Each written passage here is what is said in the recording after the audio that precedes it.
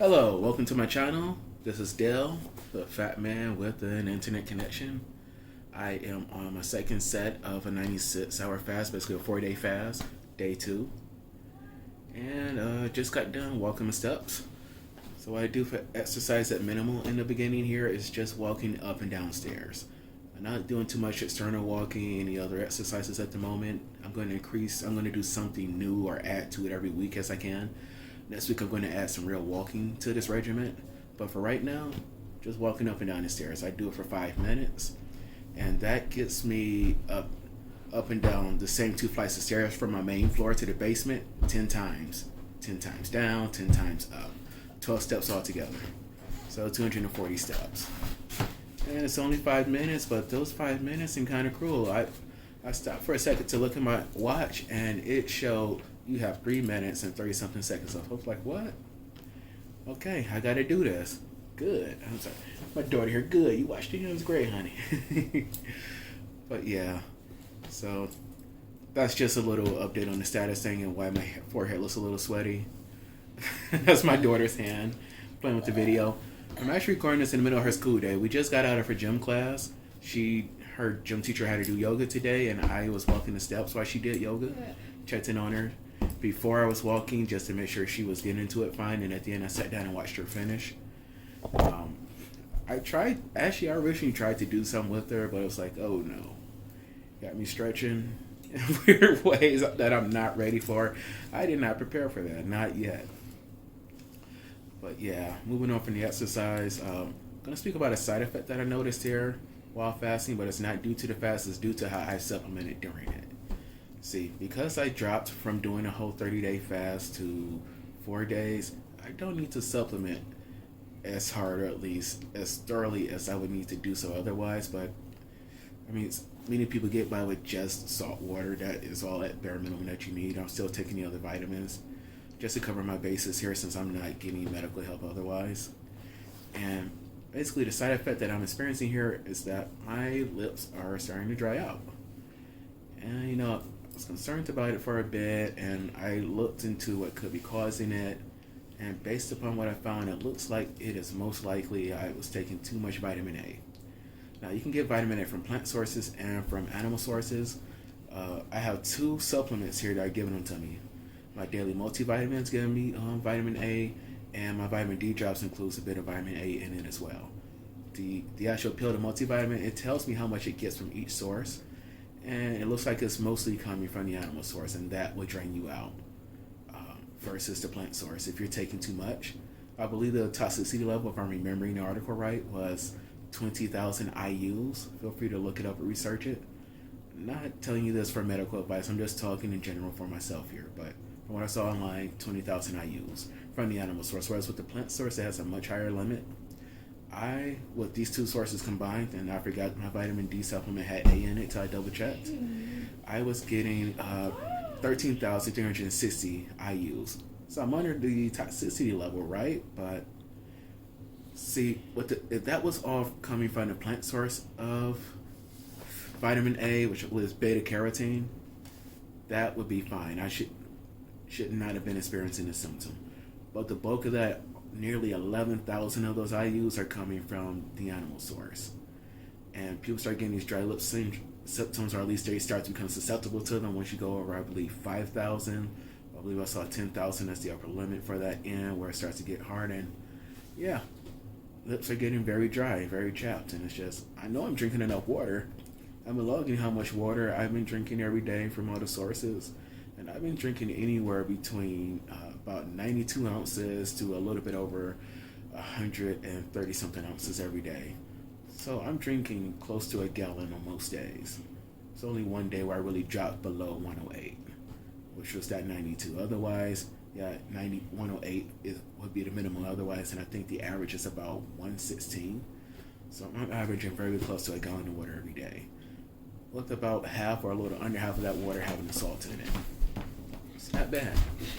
I make sure that I'm drinking at least 1.5 liters of my snake juice. So 1.5 liters that in ounces, that would turn out to be 48 ounces. So at minimum, 48 ounces of snake juice every day.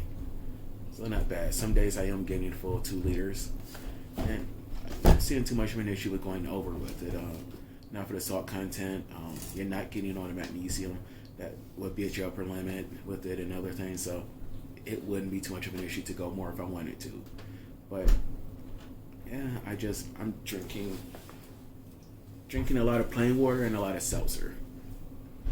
And the stuff is pretty good. I like it. Right now, this is just a Kroger brand. It's pretty good. This is just a cherry. Got a better one over here. This is their Kroger's best flavor. Seltzer is blackberry citrus. I already drink it all.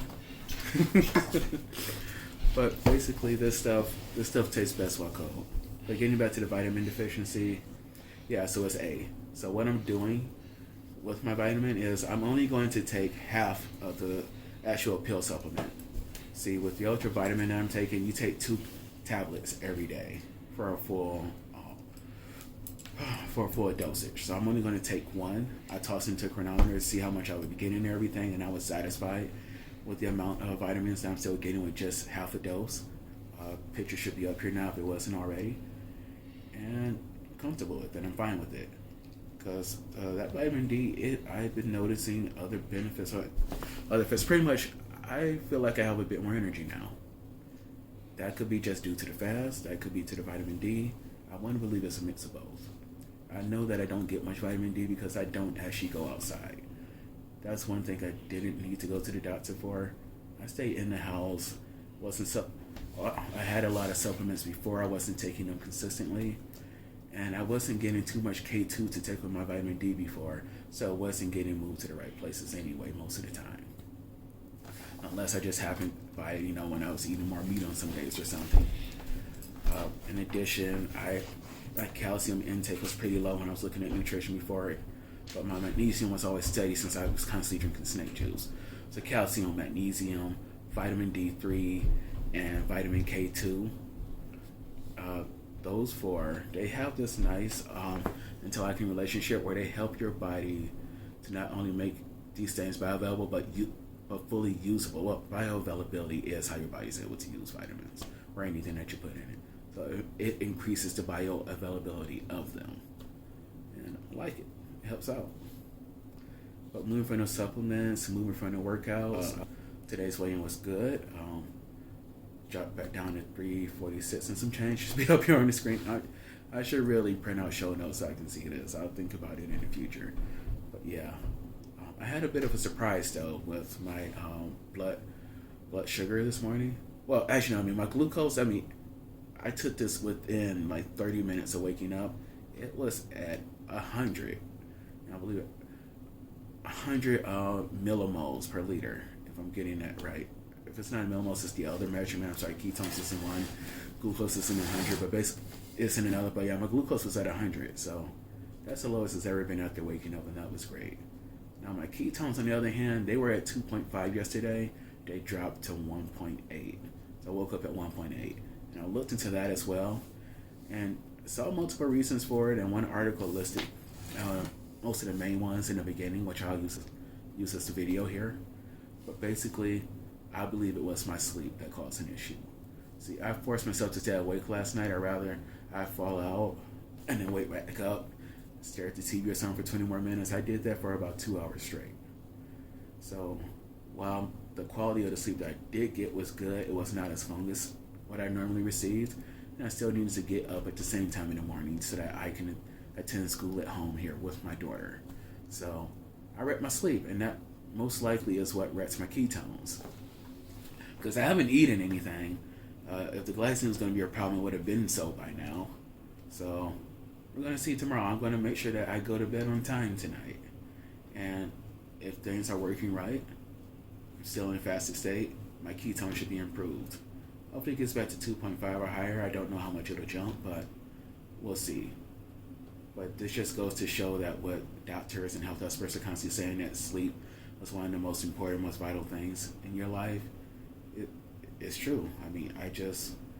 I didn't feel bad when I woke up. I didn't feel like I lacked energy. I felt great when I woke up. But, I interrupted my own sleep process with an intense focus to just watch some Disenchantment, I love Disenchantment.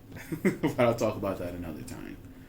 But I pretty much interrupted it to watch Disenchantment, and I don't even remember half the stuff I watched. So yeah, messed up my sleep cycle. Returning to it tonight. Hopefully all will be well. But without further ado, you should be seeing my weight now. No, you won't be seeing my weight now. My weight should have already been shown. You should have already seen me being weighed. I'm gonna show video much earlier while I'm talking of me stepping on the scale, of you seeing my numbers, glucose, ketones, seeing my waist. I'm still at 56 and a quarter today. I'm thinking I'm just gonna do the waist measurement once per week. Like, it makes the most sense to do that unless I really start dropping weight around my waist frequently. Because one, it's annoying as hell to do this measurement, and unlike the others, I mean, I have really big rows here, you know. So even if the inner row is going in and the outer one's going, outer one be going in at a slower rate, a smaller rate, it's not going to help me out too much to see minute to minute, day to day changes there. But week over week, it's going to be more encouraging. I mean, what? Not just more encouraging, but just take the shirt off. You put the tape measure around you. You do it. I am oddly shaped in the middle here, especially with how my rows are set up. So I don't like doing the measurements. They always feel so off, and it's just. I'm tired of constantly getting different numbers. I found a little cheat where I put my pants on to where I would normally wear them and I measure at that point and then drop them. But sometimes it's a little different because it's right near the apex. And if I measure right at the apex of my belly, that's not where I wear my pants. That's not a real waist measurement. But I wear my pants over my navel a bit when I do wear them. So it's like, fat man problems, fat people problems, fat first world problems. Okay, fat first world problems. I got them. Some of y'all got them too, but I definitely got them. Got that in all the fat man problems. I'm very happy that my blood pressure is going down. It was just, seeing that 100 this morning for a systolic measurement. I believe it was at 80 or 70 something for diastolic. It was just great. So, I mean, that means I'm still in a kind of highish area. Well, I don't believe that's in the highish area. I believe that's getting to more of a normal rate at that point. More of a healthy person's rate. I'm going to do another measurement before I go to sleep now with blood pressure, so I can check to see how my day is affecting me. I should probably really be doing it 3 times a day, right when I wake up, right in the middle, right at the end. Since I've been consistently doing it in the morning, I'm going to always do it in the morning within an hour of waking up. But I'm adding, as of today, I'm going to start adding the nighttime measurement right before I'm going to bed. Make sure I sit down, my butt down for 5 to 10 minutes without moving. I'll have the cuff on me while I'm sitting there, so you won't see video of me getting my blood pressure down anymore after today, because you should trust the Withings app. I'm not lying about my blood pressure. Can't really fake it in that app. Or, I mean, I guess you could enter manual measurements, but I'm not going to bullshit it. It's not like I'm making money off this. There's nobody watching these videos. Y'all start watching them. Yay! Welcome, audience that has finally shown up. Hello!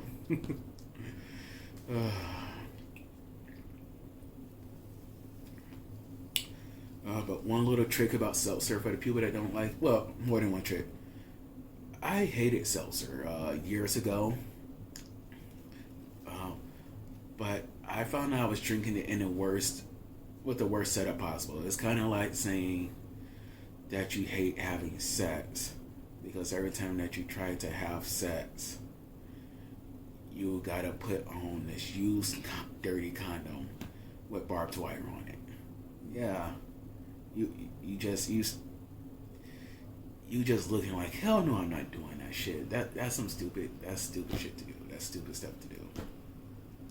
That's how many people are with Seltzer. Seltzer, at least for me, it tastes very freaking awful when it's room temperature. It needs to be cold.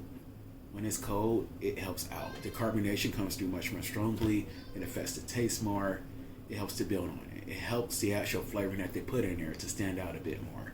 I do not understand the science behind it. If any of you do, feel free to comment it below. I'll be happy to look into it. I'll research it another day when I actually care about it. But yeah, when it's cold, you can taste it better. And you also need to remove or significantly cut down on the amount of sugar that you're consuming. See, I cut out a lot of sugar, but combined with me being lazy and still over consuming and just going back and forth, sometimes YOLOing, sometimes binging, I'm still fat. But I cut out a lot of sugar. It's easier for me to do certain things. I'm pretty much, when they say that you're fat because you don't have the willpower, because you're choosing not to do something, like it's so easy, that's me. That's me. I'm that fat person. I'm the one that, I learned what was tripping me up. I learned what the problem was. And I built a will strong enough to be able to do what I needed. You see here with me doing these rolling 96s. But I'm like, you know what? I would very actively, this isn't an afterthought. This isn't something I thought of later. Like, oh, I thought that. This is when I'm making a decision. I'm like, you know what? I don't care. I am going to pull around to Popeyes, get the damn chicken sandwich everybody's going crazy over, and I'm going to eat it twice. I'm going to order two. I'm going to eat two of them. I'm going to eat it twice. Order two. I know that all the carbs from the bread is going to mess me up. I know that them cooking it in whatever oil they're using is going to be some trash oil that's overused. Most likely, I think it's like peanut oil or canola oil, two of the trashiest oils. All the omega-6 crap. And with the additional carb from flour that they use for the batter, and just a lot of chicken is actually low quality. Chicken itself is not a trash meat, but because of how we handle and prepare most of our chickens while raising them and preparing them for the market, it's become a trash meat. Like, you can still get quality chicken. You can still be fine with chicken. I mean, chicken is still going to be better than eating, a loaf of bread. Eating fried chicken, I believe, is still going to be much better than eating a peanut butter and jelly sandwich. Oh, I got carbs and fruit and little fiber in here with the peanut butter and jelly. No, that's not how it works. Both are bad. One is just slightly less bad for you. One is you getting kicked in the nuts with a baseball bat, and one is you getting hit in the nuts with, a slightly weaker baseball bat. A woman's foot, I don't know, which is worse. But yeah, I totally went off topic here again. But the seltzer, yeah, you have to start to remove sugar from your diet. Once sugar is not a daily occurrence for you and you're past that withdrawal point where you're not feeling strong cravings all the time for it, this starts to perk up. This seltzer can start to perk up for you. And you also need to play around with the brands. All brands are not equal, and all flavors within a brand are not equal. My absolute most favorite seltzer water, period, isn't even flavored. It's San Pellegrino. They pulled it straight up out of the water, carbonated, toss it in a plastic bottle. Boom. Combine it in a glass bottle, it costs more and it's harder to find. I'm fine with getting it in a plastic bottle. I don't believe the plastic is bleaching and putting microplastics in it at this stage. But hey, I'm just a fat guy with the internet connection. I don't really know. But San Pellegrino has a very wonderful and crisp taste. It is what I consider to be the gold standard and the highest quality seltzer water that you can get. And it's just, I've seen it in my whole life. I finally tried it out when Dr. Berg was talking about it. It's like, great. But a very close second that I love is Topo Chico, not Perrier. Perrier is like, I don't know. I would drink that super nasty stevia-based seltzer. Seltzer that actually added sweetener and stevia. It's called Zivia from Whole Foods. I would drink any Zivia pop before I would drink friggin' Perrier again. Okay. Zivia, oh my god. Zivia is basically this, where's the ingredients at? And right here. So Zivia is, let me get that straightened out here for you. Zivia is basically just this, not carbonated water, natural flavor, and then it just adds stevia. That's it. And oh my god, stevia has such an awful aftertaste in most forms. Stevia is not that great unless you get it in liquid form. Sweet leaf liquid stevia is great. I use the vanilla version. I use the one with vanilla added to it in my coffee when I make it. But otherwise, the plain drops there are great. I use those in a green smoothie that I make. It is made by the guy that wrote Plant Paradise. I am losing. Dr. Gundry. Dr. Gundry's green smoothie when I make that, I use sweet leaves, sweet drops. The plain ones, no vanilla added to it. It is great. I put it in tea sometimes when I drink it. I put it in everything. It's good. It is honestly the best out of all the sweeteners as far as taste wise goes for liquid.